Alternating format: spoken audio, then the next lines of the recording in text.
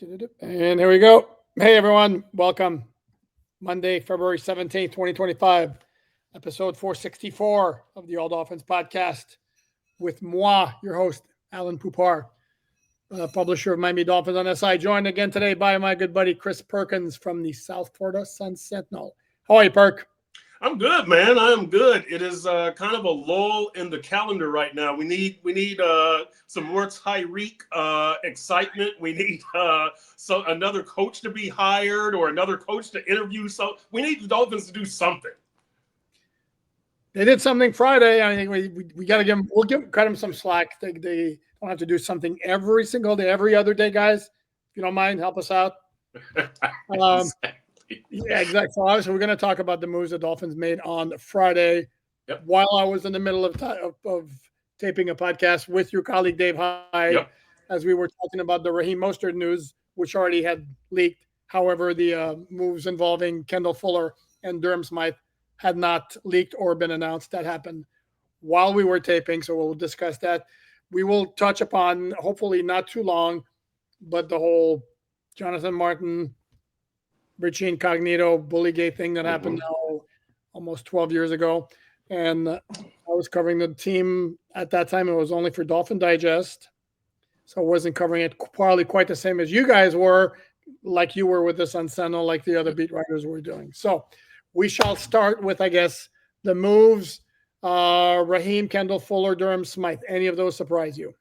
No, I think Kendall Fuller was one that I fully expected, just considering on February 13th, the day before he was released, he turned 30. And last season, we know that he had 2 concussions and a season-ending knee injury. That does not spell long-term longevity for a cornerback. So I figured Kendall Fuller was going to be released, even though behind him, you only really have Cam Smith and Storm Duck. You're going to have to go out there and get yourself a starting cornerback in free agency or the draft. As far as Raheem Mostert, not really surprised, a little bit, mostly because of his relationship with Coach Mike McDaniel. They go back to 2017 in San Francisco. And, Raheem, what a good guy, right? And a guy who works his butt off. He maximized his talent. Everybody likes Raheem. I believe he was cut by 6 teams, including the Dolphins, back in 2015, I believe. He used to keep a list of those teams. Great 2023 season, but he really fell off last year. 2 costly fumbles, Buffalo, Indianapolis. They drafted Jalen Wright. They've got Devon Achane coming back. Raheem is 32 years old. He had battled some injury problems, so you could kind of see that one coming. Durham Smythe, a little bit of a surprise, but again, all of these guys were going to be 30 as the season started. So they got younger, they saved some money, and they really got rid of, I got rid of parted ways with in Raheem and Durham, 2 guys whose production had really dropped off.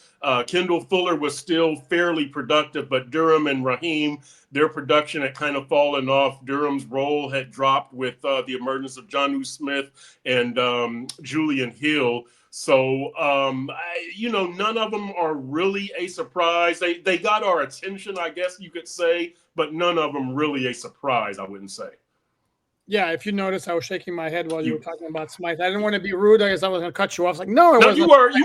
You were rude. You were very rude. Was I rude? Okay. I've got thick skin. I don't care about that stuff. Okay, next time I'll cut you off, damn it. So see how rude I can be. No, to me, Durham Smythe was done basically when he became a non-factor, which happened last year. And it was a combination of he lost basically his place in the rotation when the Dolphins acquired Jonnu Smith.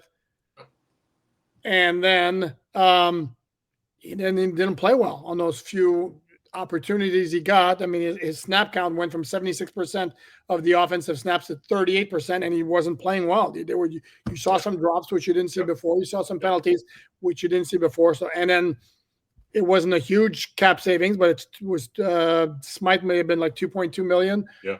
Again, the Dolphins need all the help they can get as far as saving cap space and creating cap space. So no, the Fuller one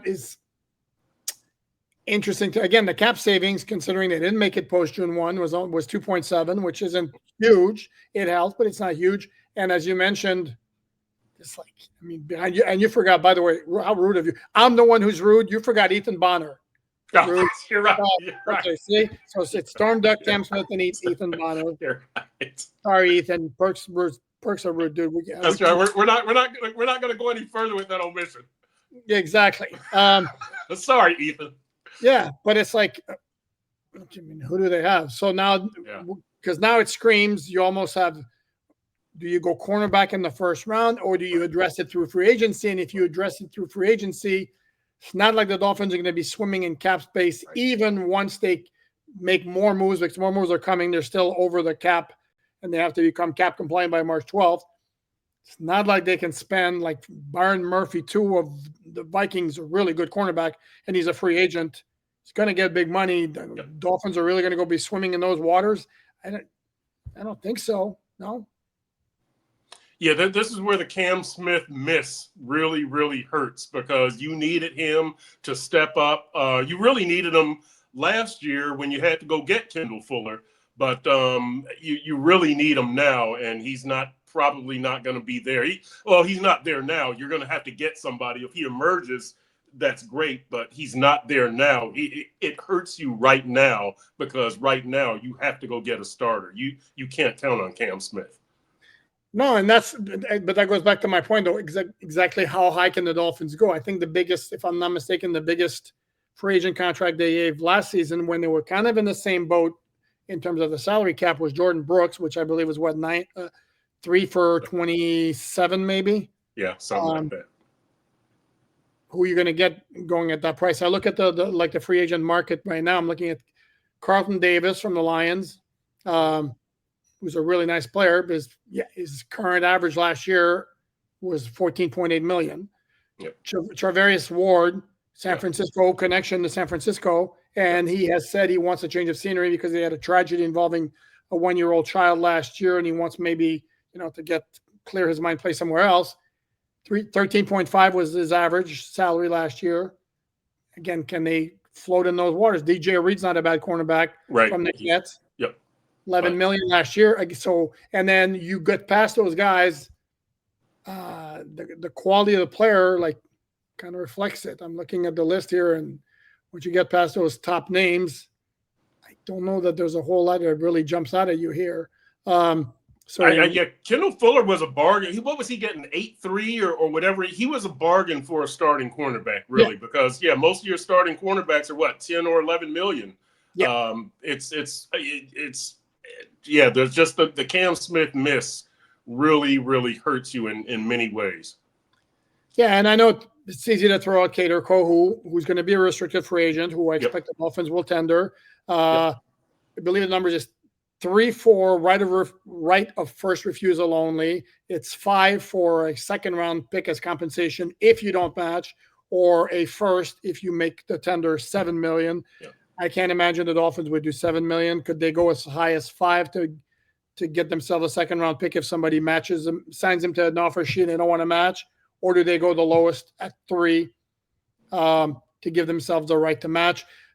I want to note, though, and as I wrote about this on Miami Dolphins on SI.com, that last year the Dolphins had 2 guys who were scheduled to be RFAs. That was Robert Jones and Elijah Campbell, who were not as significant to the team, I would say, even though Robert Jones became a full-time starter, but not as good in terms of players as Kader Kohu. And those 2 guys, they re-signed them before they were set to become. They didn't tag either one of them. Sorry, they didn't extend a tender to either one of them, signed them before the start of free agency. I would be surprised if they didn't at the very least put a right of first refusal tender on Kader. Kader is essential personnel. He's essential personnel. I hope they don't try to go cheap with Kader, because you need to reward him for what he's done and make sure that somebody doesn't come in and steal him away. So hopefully they don't go cheap. They can't go crazy on him, but second round I would think would that's the minimum. That's as low as I would go. Okay, and that would be like it's 5.1 or something would be which is still if he was a unrestricted free agent, he would get more than that, but that's the way it goes. I would think, and I don't know He how the would. league views him. To me, I thought he was really good in the slot last year. So. Right. He's not a boundary cornerback. He can't replace Kendall Fuller. He's a slot, but he's very serviceable.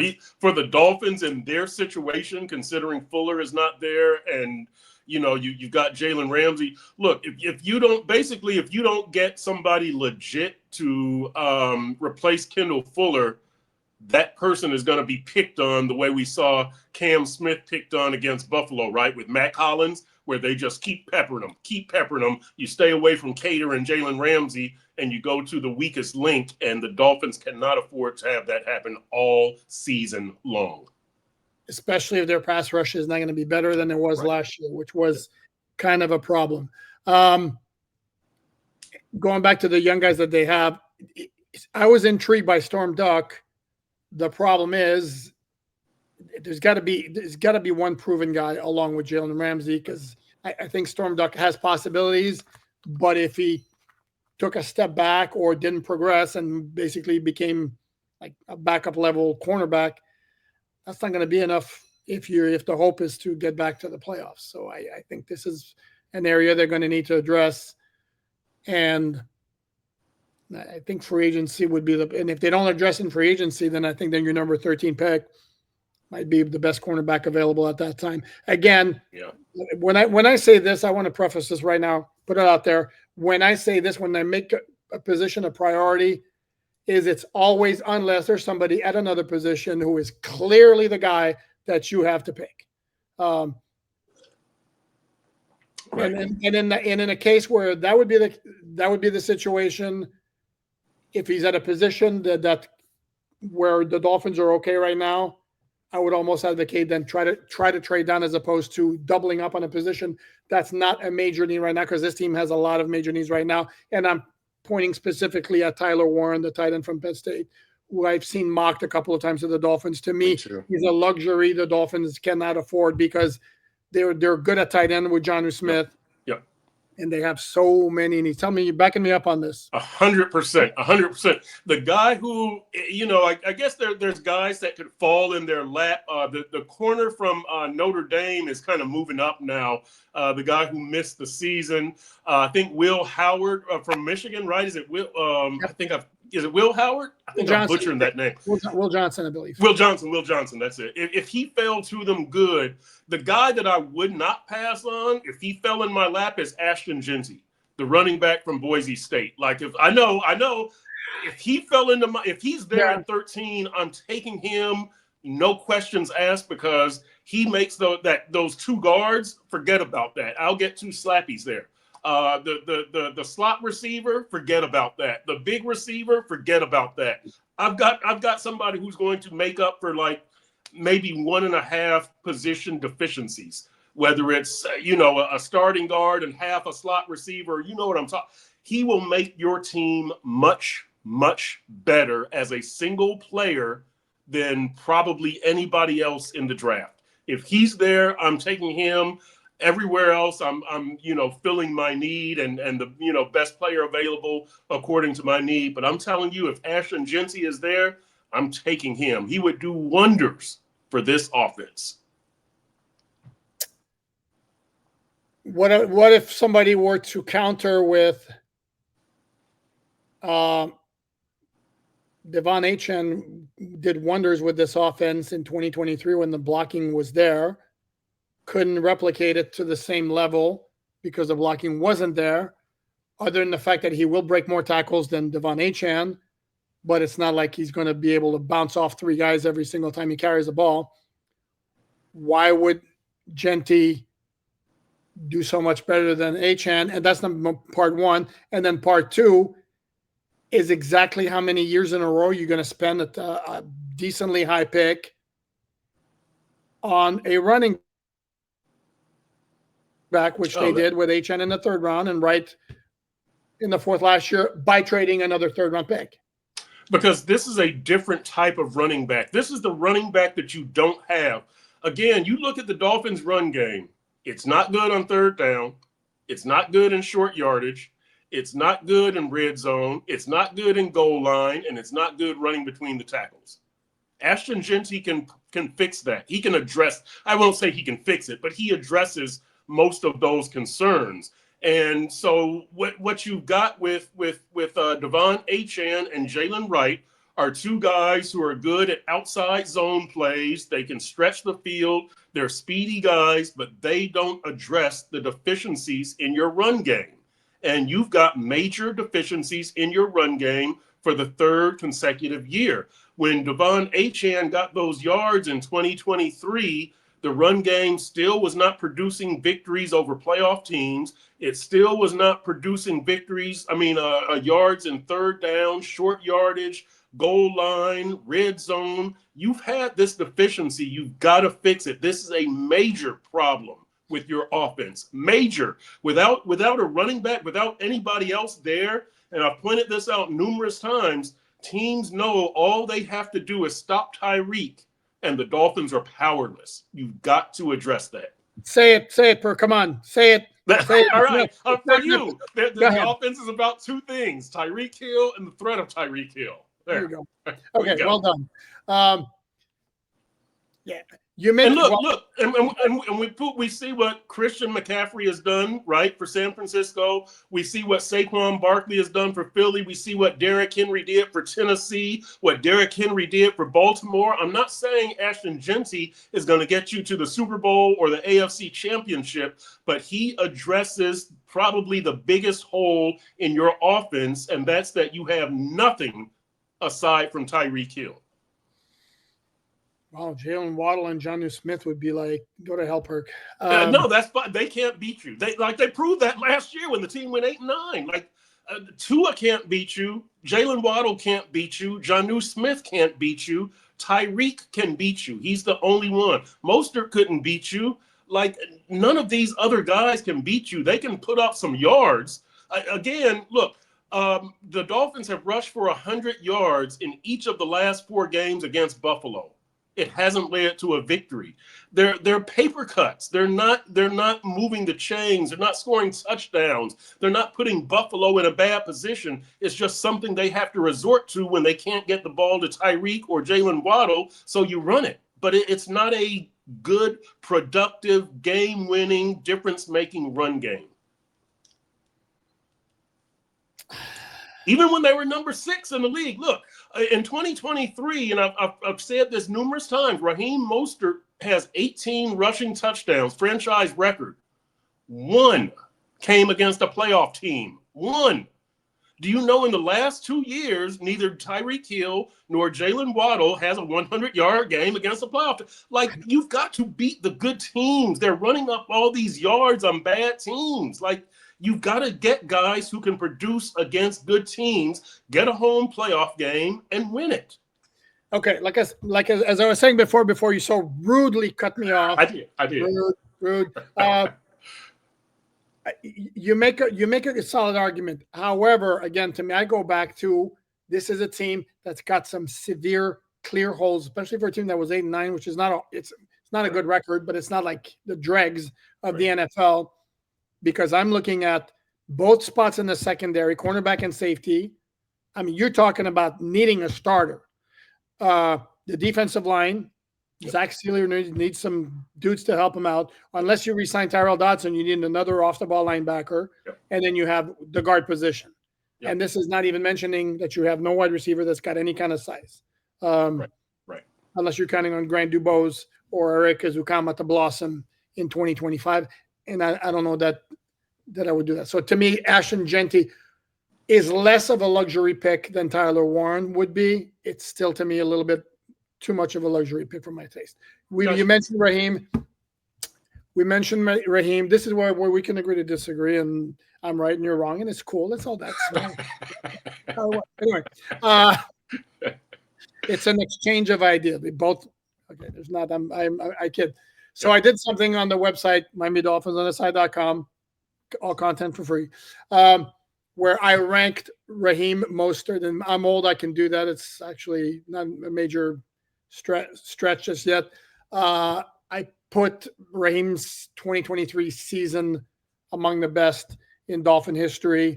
But I will ask you just because I got some pushback, which is cool. I love that. I love the feedback. Everybody who commented on Twitter, love it. Got some pushback in terms of where I put, because I wound up putting Raheem's season 2023 at number 5. It was 1,012 rushing yards, not a ton of receptions, 25 receptions, 21 overall touchdowns, 18 on the ground, 3 in the air. And I put it number 5, and I put it behind, and I got some pushback on this. My number 2 was Jeanty 2016, because I put a lot of weight in 3 200-yard rushing performances, including the one when the Dolphins were 1-4. They were playing the Steelers at home. Steelers were 3-1 or 4-1 maybe, and the Dolphins won that game, and that kind of like propelled them onto their playoff. So you good with that? I'm good with that. That was a huge season, and if I'm not mistaken, one of the strangest seasons in Dolphins history, from the standpoint that, if I'm not mistaken, the Giants only went over 100 yards in 5 games. The 3 200-yard games and then 2 other 100-yard games. And it was just, you talk about the threat of Jeanty winning you games. I mean, about Jeanty and the threat of Jeanty. That's right. Exactly. But it's just so bizarre that, if I'm not mistaken, he only went over 100 yards in 5 games. And he started that season being left at home from Seattle. 4 games.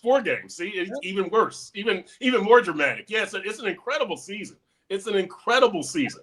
But yes, I agree with you there. That was that got them into the playoffs in 2016. Jeanty. No, correct. And I put a Giant number 2 because, again, 3 200-yard rushing performances in one season is completely crazy. And I get that there were a lot of games where the numbers weren't there. And the fact he started his season being left home because he was pissy because the Dolphins were going to start Arian Foster at running back instead of him, just absolutely make it great. Another thing that was great is when he became a star and we had some of his teammates telling him that English accent he does, he pops that out when he wants to. Dude grew up in Texas. He's got a twang more, so he's got the British accent. But that was always funny. So anyway, number one on my list is Before Your Time. I think was Ricky Williams 2002. To me, that was an absolute no-brainer. That was actually my 3rd year on the beat. I left in midway through 2002 to go cover the Heat. I started at 2001 and left midway through 02 to go cover the Heat. But Ricky, incredible. You know, Raheem had an outstanding season. He did what the Dolphins needed him to do, was get those yards. He ran tough at times. You know, Raheem is a speedy guy, but he showed some pop. You know, he showed he would put his head down. So I have an appreciation for Raheem as a man and as a football player. But I do think that even with Raheem, the run game had a big hole to fill as far as the power and the third down and the situational running. He was a speed guy like Achane and Jalen Wright, what we've seen of Jalen Wright so far. So that to me is the big deal with Ashton Jeanty. He fills a role that hasn't been filled, but Raheem did that. That was a timely season. I will miss Raheem for on the field and in the locker room. Yeah. One quick point that needs to be made, because I went back when somebody was chastising me for downplaying Raheem's 21 touchdowns. I went back and looked at a YouTube of Raheem Mostert highlights from 2023. And as I pointed out, I was incorrect in my recollection that a lot of those touchdowns, the short touchdown runs, were, tosses or sweeps or whatever, or pitches onto the outside. There's a lot of them were up the middle, but practically all of them, the blocking just cleared the way and he just ran. There was not a whole lot of breaking tackles. And it was very clear the blocking was a lot better in 2023 and 2024. Connor Williams, Robert Hunt were better than what the Dolphins replaced them with. And the other factors, we mentioned the short yardage failures in 2023 was what stuck out to me was just how frequently the Dolphins just would not run the ball on 3rd and short, 3rd and 1, for example. Last year, they gave it more of a try, and the percentages were still bad. With what we talking about for a little bit? Okay. You wrote a column on sunsentinel.com about Tyreek Hill. Yeah. The gift that never that never stops giving. Yes. And where you suggested you're really looking forward to seeing that race with Noah Lyles. Yeah, because to me, it represents fun Tyreek. Tyreek is, the last few weeks we saw Tyreek. He was sulking. He was injured. He was frustrated. It wasn't fun Tyreek. I love fun Tyreek. The Tyreek who's got this story about the ping pong table, and the Tyreek who always says he consults his family, and they tell him to don't talk back to police officers, even though he does. And that's the fun Tyreek. The Tyreek that you don't always believe what he says, but it puts a smile on your face. It's fun. And so when he's hyping this race against Noah Lyles and trash talking, and we see that big Tyreek smile, and we're not talking about a contract extension or how much more money he wants or drops or all that kind of stuff, the off-field stuff. I like smiling, happy Tyreek, and that's what we would get from this race. It wouldn't be the Tyreek that's out messing around. He's training. He's staying in shape, which he always does anyway. But this is a positive thing. It's an athletic event. It's not where he's trying to eat 20 hamburgers right in one sitting and gain 8 pounds. Like this is something healthy and fun. So I want to see fun Tyreek return and stay. I think this would go a long way toward doing that. I'm not saying you have to placate Tyreek, but it's a healthy thing. It's a lot of fun. I want to see it. I hope it happens. I hope it happens at Hard Rock Stadium. Like I said, get Steve Ross to give him, he'll make a little money. Get Tyreek to invite Travis Kelce and he could be arm candy for his girlfriend Taylor Swift, and everybody is happy. You sell it to Amazon or whoever, Netflix or whatever, and everybody eats. Let's do it. Okay. You disagree. It's foolishness, but I like foolishness. It is foolishness. It is. I think it's a lot of trash talking. I'll believe it. It's going to come off when I actually see it. Yeah, I know. I agree. A lot of those hype cross sports events, I agree. Invariably, they provide a big letdown. I don't know. But I will agree with your point that if he's going to be in the news, and Tyreek likes being in the news, I'd prefer it be for something like that than his comments and then backtracking from the comments and then now saying he wants to stay with the Dolphins and they're not trading him. It makes no sense to trade them. No. And in fact, ESPN did a story today kind of analyzing a bunch of wide receivers who could be on the move or trade candidates. And the writer, I believe it was Bill Barnwell, made a very good point. Tyreek is his best fit is with the Dolphins, and they would save minimal cap space. They would save like 40,000, 400,000 if they were to do it June 1st. So it's not like you're getting draft picks to help you out in a 2025 draft. It's not like the salary cap thing that there's two different sets of salary cap ramifications, but unlike you can't cut a guy on March and apply it in June. The trade would have to be done after in that June date. So it doesn't make any sense whatsoever. Beyond the fact that Dolphins are not nearly as good without him as they are with him, because Perk. Because very nice, Fruit. Very nice. And I'll say this also, that what Barnwell didn't mention, that we've mentioned a couple of times, is that you've got to remember Mike McDaniel and Chris Greer need to win this year, and they probably need to win a playoff game. Trading Tyreek doesn't really help you in that matter. Trading down from number 13 wouldn't seem to help you in that matter, depending on what you could get. But you need as many impact players as you can get. Tyreek is an impact player. You would like to think you would get an impact player at number 13 in the draft. Correct. And this has been brought up by a lot of fans, either in mailbags or on social media or whatever. Yeah, the fact that Mike McDaniel and Chris Greer have kind of been told you kind of better win. Yep. Like it or not, yeah, it's going to impact some of the decisions because they're not going to be looking 3 or 4 years down the road. That's just like, that probably doesn't make any sense to expect them to do that. Okay, we're going to close out. We have to mention it. So for those not aware, Jonathan Martin did an interview, or I'm sorry, let me backtrack. ESPN published a story on what Jonathan Martin has been up to his past 10 years since he left the NFL after the Bullygate investigation from Ted Wells, the Ted Wells report, 144 pages, that got Richie Incognito suspended indefinitely by the Dolphins for conduct detrimental to the team, and all the findings and all that.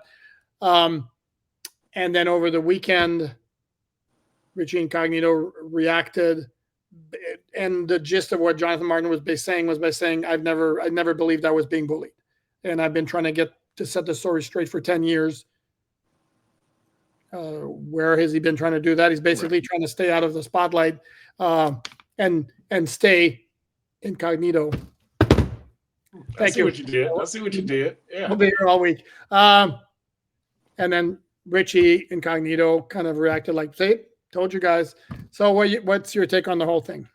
I got a few takes on this thing. I don't know why Jonathan Martin did it. I guess, he wants to purge himself and set the record straight.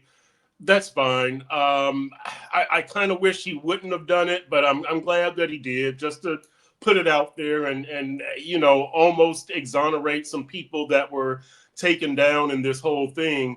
The way that I recall this is that the story broke, and then Jonathan Martin's mom used the term bullying. My son was bullied or whatever. Right. And as I recall, at that point, they got attorneys and everybody lawyered up. I might be recalling that incorrectly, but I thought they got an attorney pretty quickly, and everybody kind of lawyered up. But kind of my point here is that, in these types of stories, sometimes things leak out that, an assistant coach will leak something to a reporter a couple of weeks later. It didn't happen in this case. And as I recall, because everybody had lawyered up, and Ted Wells was called in, and it became like, well, I can't say anything now because, even though the NFL doesn't have subpoena powers, you don't want to be that guy who was revealed to leak information. Kevin O'Neill, the former trainer, longtime trainer, didn't participate and basically lost his job for that. Kevin O'Neill, KO, was there from, Shula. I think definitely. No, he came with Jimmy Johnson. He came with Jimmy, as I recall. But anyway, yeah, because he was with Jimmy at UM, as I recall, right. Yep. And with Dallas. But Jonathan, by saying this, I guess if you purge your soul or whatever, that's a good thing. But he could have set the record straight earlier, and to say that he was trying to is disingenuous. You were trying to keep a low profile, which I completely understand. I feel that this was almost a kind of telling everybody that he's okay, but also, hey, if you need some Bitcoin, my company. And there's a few things, and the way it was written, to me, the whole point of this, as somebody who covers the Dolphins and follows the Dolphins, the whole story was, I never believed I was bullied. Correct. And it was wrapped up in all the Bitcoin, and I've got 18 degrees and I'm doing okay. And my mother was an attorney and my dad was whatever and a professor, and we knew that before, but it was just so much. And I'm sure that's the way Jonathan Martin wanted the story told. It was a very well written, very well researched story, but to me it was like 6 pages of stuff, and the real story was in that one sentence. I never believed that I was being bullied. But it was a very well done story. I'll say this also. I think that I've always said this. I think that Joe Philbin was unfairly characterized as not knowing what's going on when he didn't know about this. Because as I've said, look, we've got situations where a spouse could be cheating on you and you don't know. Like, you sleep with this person. Your kid could be doing drugs. You live with the kid and you don't know. So to convict Joe Philbin for not knowing about this, it is his responsibility, but it's not his fault. And I draw the difference there that, it's your responsibility if your kid throws a rock through a neighbor's window. It's not your fault. but it's your responsibility. You're the parent. I don't fault Joe Philbin, but I do ultimately, you have to hold him responsible, but I don't blame him for not knowing that this was going on. I don't think it's a sign of incompetence or being too distant from Joe Philbin's standpoint. Yeah, and for those not familiar with that Ted Wells report, basically what are the facts that they basically delivered were that there were locker room banter taken too far, perhaps it would be the best way to describe it, where it may have crossed the line. Jonathan Martin is not saying that never constituted bullying, and that in retrospect, this is a guy who may not have been, well suited for an NFL locker room. While at the same time acknowledging that some of the behavior described or some of the comments that were in the Ted Wells report, or you really have to go there to go that far. Nolan Carroll, former teammate, had some pretty harsh words for Jonathan Martin on social media. Among them, never respected him, never will. I do want to point out some facts, however, though, because I've seen from one of our colleagues the suggestion that Dolphins were in a playoff run that completely destroyed them that season. When Jonathan Martin left the team, the Dolphins were 3-4. Yeah. They defeated the Bengals 3 nights later in the quote-unquote wake-off game to go to 4-4. The following Monday night or the Monday night after, they lost against an 0-8 Tampa Bay team, so another 4-5. Then they proceeded to go 4-1 in their next 5 games to get to 8-6. And that last game that they won was the Michael Thomas game, where 5 days after being signed off the 49ers practice squad, he picks off Tom Brady in the end zone to secure a win against the Patriots, who were 2013 on their way to the Super Bowl. No, they were not on their way to the Super Bowl. Sorry, they were on their way to winning the AFC East again. And then the Dolphins needed to win one of their last 2 games at Buffalo or against the Jets. Got beat 19-0, 20-7. They had Lewis and Geno Smith, as I recall, 2 local quarterbacks. Yeah, and Ryan Tannehill picked off 5 times in those 2 games. Didn't help. So it's not like they still had a chance to make the playoffs. I think by that time, and it was a complete distraction. Covering the team at that time was basically you had news reporters, national news reporters who knew nothing about the Dolphins, who just who would commandeer the locker room during the media session and ask those were all the questions that were being asked. You know what I remember? One thing that I remember, Poop, was, like People Magazine and ABC World News Tonight, the nation was in that locker room. And one funny but not funny thing, the veterans knew, we need to stay out of the locker room. And I remember some of the younger players coming in and special teamers, and the media horde would just, is a player in the locker room, and they would just be firing off questions. Did you see anything? How well do you know Richie? How well do you know Jonathan Martin? And blah, blah, blah, blah, blah. And after 3 minutes, the group would break up, and inevitably one of the national people would turn to one of the local reporters and go, "Who was that?" Right. Who was that guy? It was just a feeding frenzy. And it's funny. It's sad. It's a commentary on the media. It's a commentary on people's appetite for that story. It was just a very bizarre time in Dolphins history. Yeah, it was. And it was one of the more bizarre episodes in franchise history. And I remember, too, there was if memory serves me well, there was a rookie free agent offensive lineman from Virginia who one time was the only one who came in the locker room. Yes. Really nice kid. Yes. And he was being peppered with questions and and he just didn't get it, right? It was like, dude, it's like that scene in the movies where they say, "Will a volunteer please step forward?" and one guy stands still and everybody else takes a step back. That's how this lineman was. It was like, what's going on here? It's like, dude, we'll talk to you in about 15 minutes. Thanks. No, that was a pretty wild season. So it was. Wish we would wrap it up on a more positive note. Yeah, because that wasn't necessarily this is kind of that chapter the Dolphins would very much like to, No. No, it wasn't. Well, I'll say this, saying goodbye to Raheem.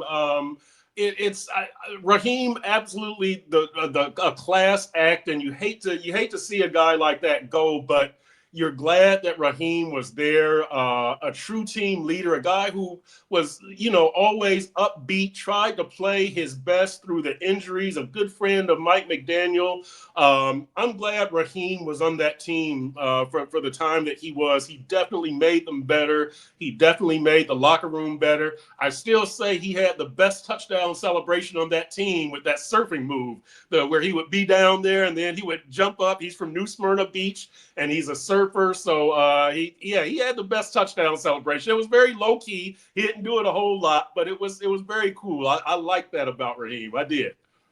That was but see, to me, you can't beat the roller coaster. That to me, that's the one. Who was it? Really? Robert Hunt, who kept going like this. Yeah. I like the conga line better than the roller coaster, actually. Oh, see, I can't do conga line because that song to me is one of my most despised, hated songs ever. I cringe. My fingers go like this every time I hear that song. Oh my God, I despise that song. And my family knows it because I've mentioned many times. That's one. In fact, little musical note here. I'm going to give you 3 songs. I despise one of them. It might be an unpopular opinion here. Walk Like an Egyptian. Why? Oh, wow. And I like the Bangles, but why? And then Kiss by Prince. Oh yeah. God, do I hate that? Oh my God, do I hate that? It's a great song. God. Oh, wow. Okay. Well, it's music, so I can't. You hate the 80s, don't you? You hate the 80s. What?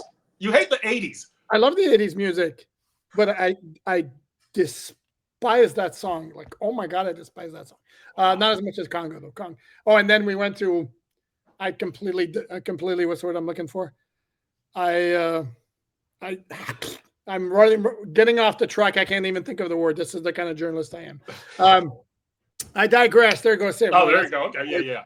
We did this ride at one of the Disney parks, Guardian of the Galaxy, which is insanely cool. And they have a set of 7 different songs that they play as you get through the ride. One of them is Conga.